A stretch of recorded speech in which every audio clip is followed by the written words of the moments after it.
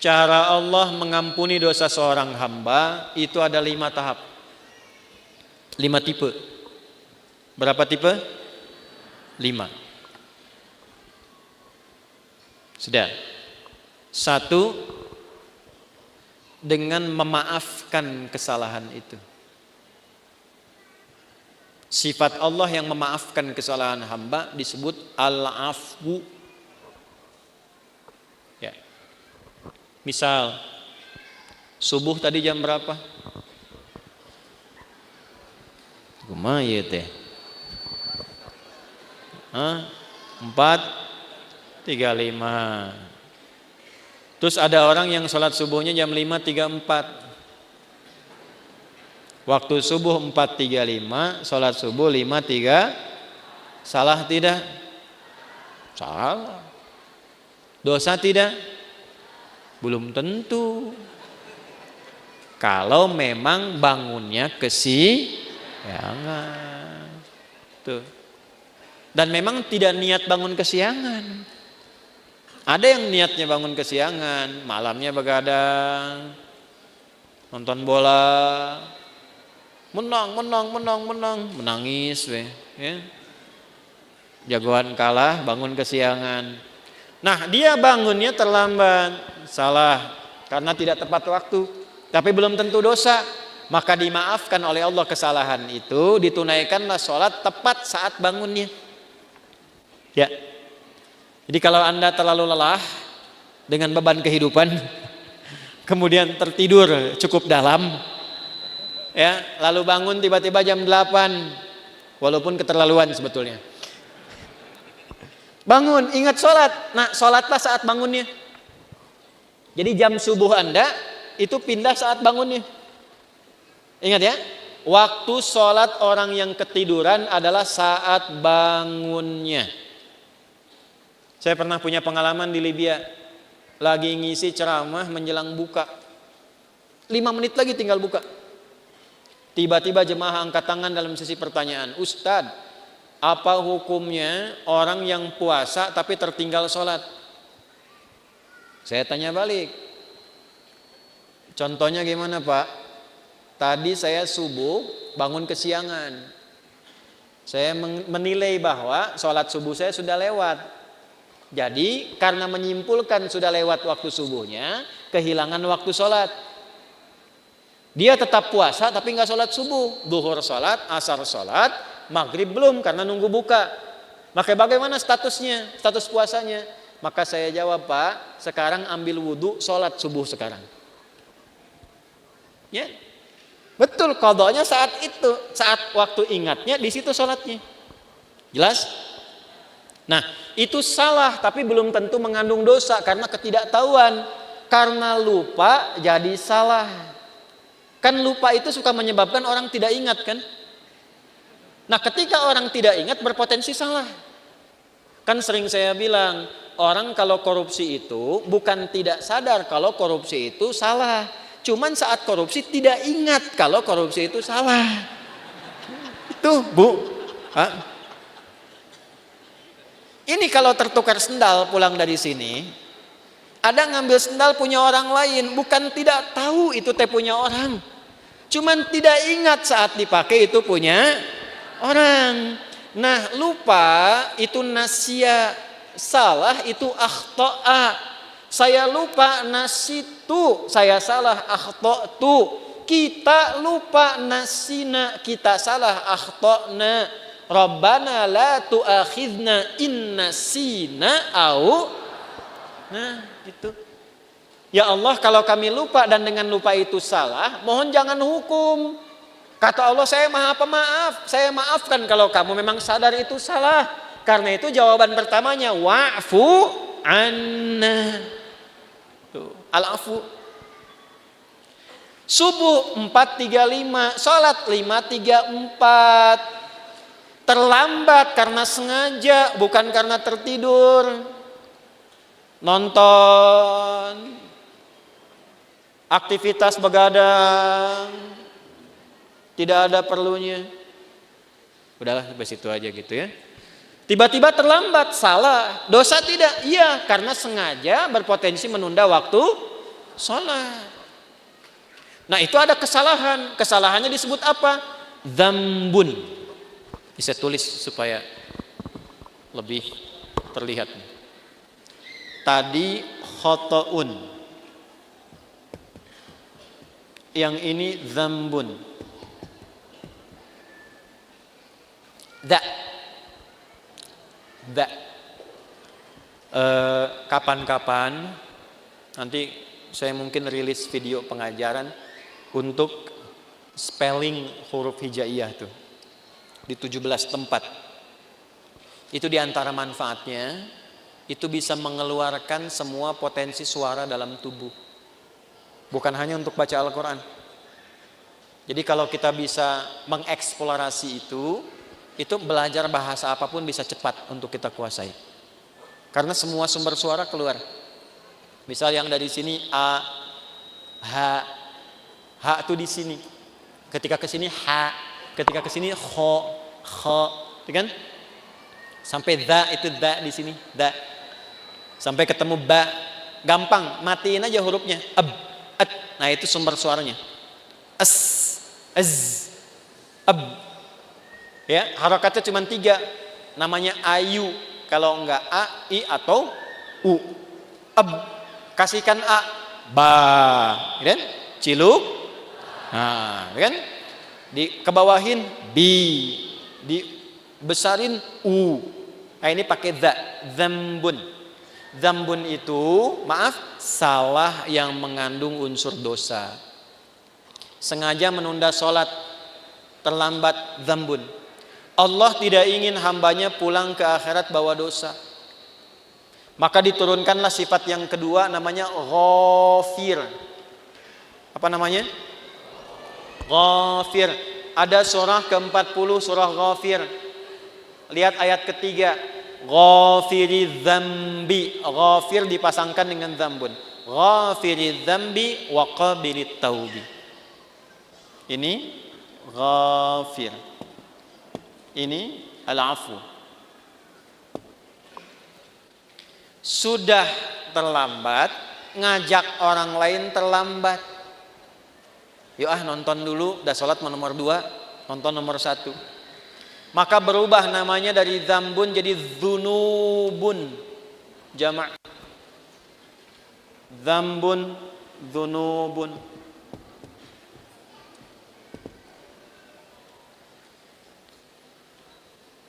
Sudah mencela, merasa paling hebat, merasa paling bagus, terakumulasilah dzunubun.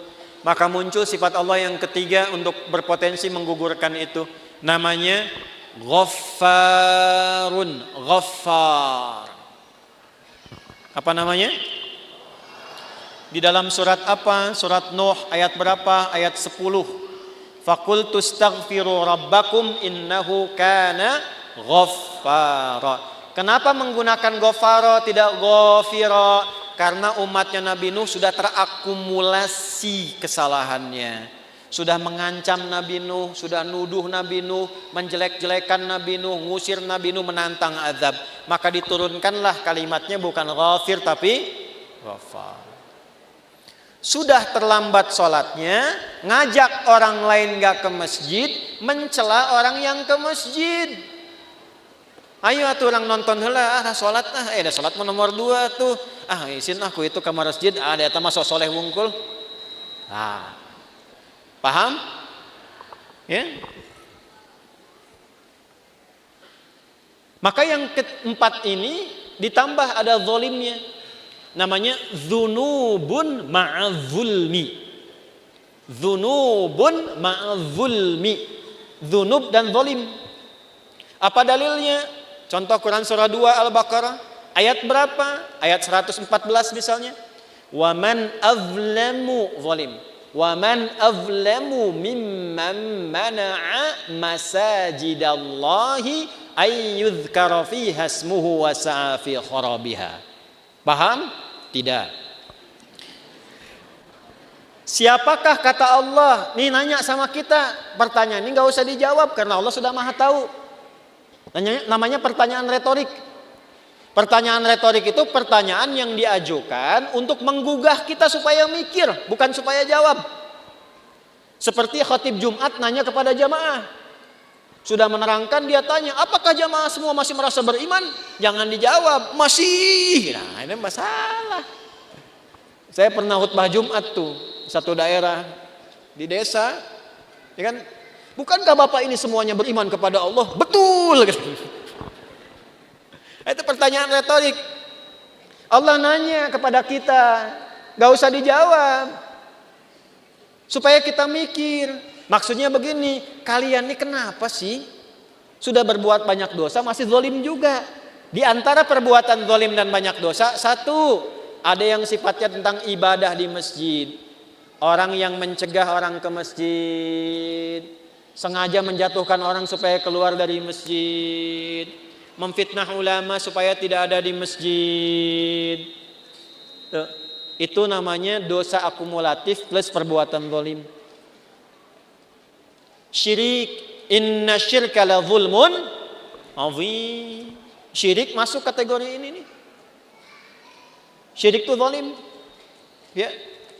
Hati-hati ya, yang kecil yang besar sama saja. 7 dosa besar nomor satunya syirik. Baik langsung atau menggunakan perantara. Langsung mengatakan semua agama sama, menuju pada Tuhan yang sama, cuma caranya beda-beda. Itu syirik lisan.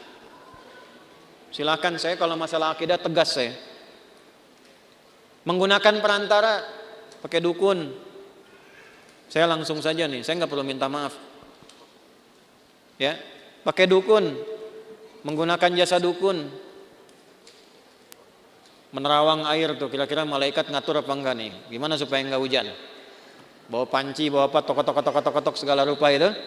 Kita itu umat yang sudah diatur dengan syariat, doanya ada.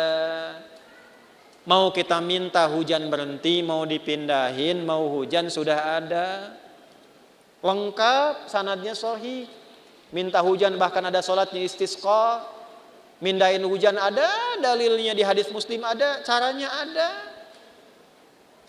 Semua sudah diatur. Bahkan secara teknologi bisa dilakukan juga, ada rekayasanya juga ada. Nah, ketika menggunakan jasa-jasa, jasa lah gitu, ya. Yang tidak diridhai dan ada dosanya, nah ini zalim perbuatannya. Tapi Allah tidak menginginkan dosa itu terbawa sampai meninggal. Itulah rahmannya Allah. Jadi Anda bayangkan Pak, Ibu, Allah saja pada orang yang syirik masih memberikan waktu sampai meninggal supaya tobat dengan rahmatnya. Masa anak Anda yang berbuat sesuatu yang mungkin Anda merasa melecehkan orang tua, Anda memvonis dengan durhaka dan dia mau memperbaiki itu, Anda tidak terima. Allah masih terima. Anda bukan Tuhan, sudah tidak mengakui sebagai anak. Di mana rahmatnya? Nah ini ya.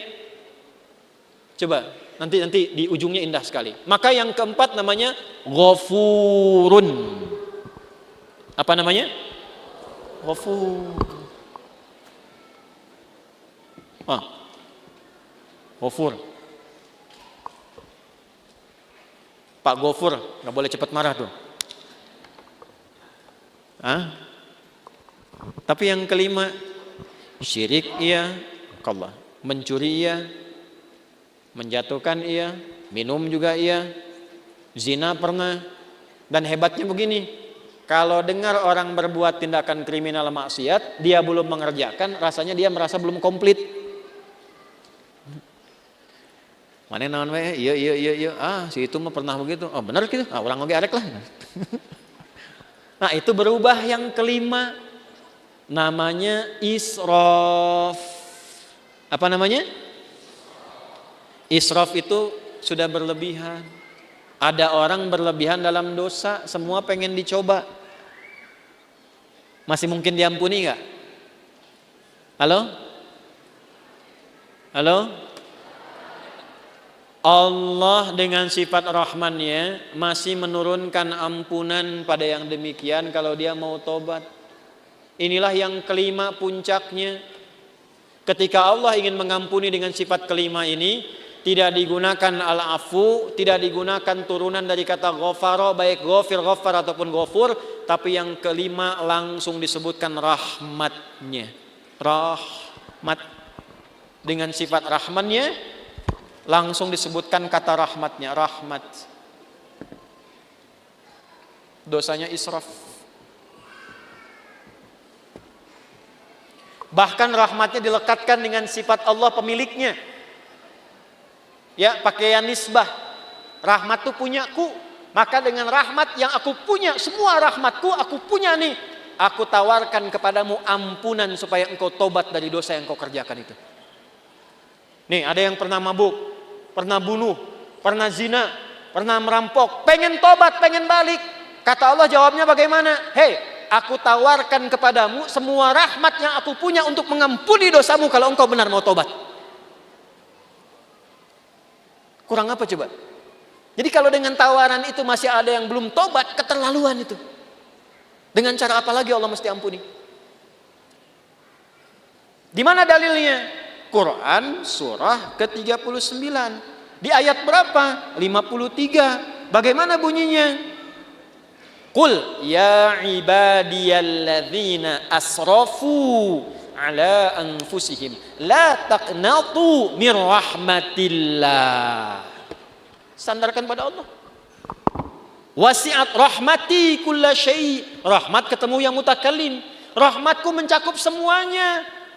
Ya di situ apa? Allah. Jangan putus asa dari rahmat Allah. Kenapa tidak langsung menggunakan rahmati? Karena kalau banyak dosa, biasanya nggak kenal Allah, walaupun mengaku Muslim. Itu. Maka nama Allahnya dikenalkan lagi, supaya kenal lagi. Ya, contoh nih, ada orang sudah terakumulasi dosanya, profesional lah di bidang dosa, mabuk, nipu, ngerampok segala rupa kan. Terus Anda ingatkan, ya itulah orang bertakwa kepada Allah. Nah, pasti jawabnya gini, atau mau Allah lah gitu. Jangan bawa-bawa Tuhan gitu ya. Nah, karena belum kenal Tuhan, dikenalkan lagi la taqnatu mir rahmatillah. Dan hebatnya masih diaku hamba, Pak. Kul ya Muhammad, katakan ya ibadi, hei hambaku, masih diaku hamba. Coba ya, ini jangan anak Anda lah, anak umum aja. Ada ibu dan ayah, anaknya begitu durhaka, buruk terhadap citra keluarga. Di luar sudah merampok, sudah membunuh, sudah berzina, merusak nama keluarga.